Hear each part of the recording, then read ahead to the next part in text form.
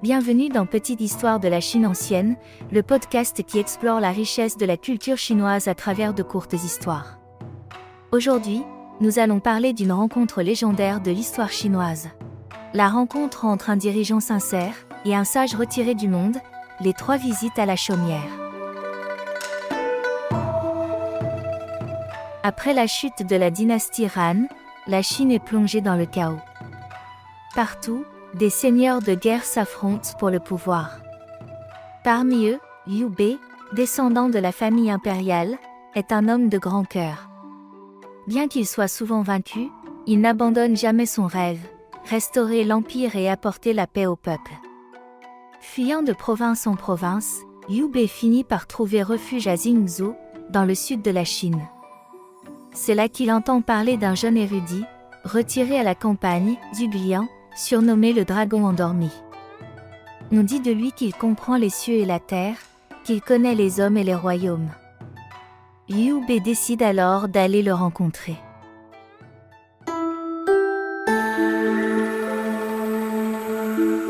Liu Bei se rend à la chaumière de Zhuge Liang, accompagné de ses frères d'armes, Guan Yu et Zhang Fei.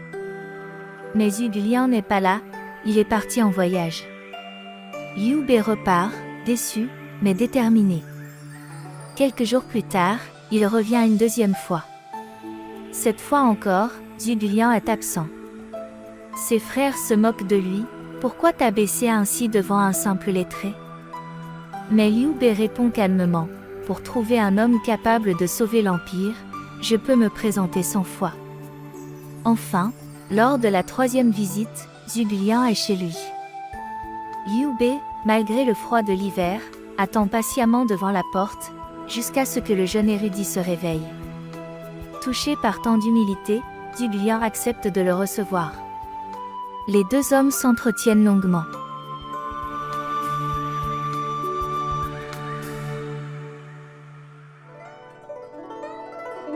Zhuge Liang déploie alors sa célèbre analyse du monde. La Chine serait divisée en 3 puissances, Xiao Chao au nord, Sun Quan à l'est, et le sud-ouest encore libre. Il explique comment, en s'alliant à Sun Quan, et en prenant le Sichuan, Liu Bei pourrait établir une base solide avant de réunifier l'empire. Liu Bei est ému par la vision et la sagesse de Zhuge Liang. Mais Zhuge Liang, lui aussi, est touché par la sincérité et la persévérance de Liu Bei. Il décide alors de sortir de sa retraite, et de se mettre à son service. Des années plus tard, dans son texte « La lettre avant l'expédition », Zhuge Liang se souviendra de ce moment fondateur.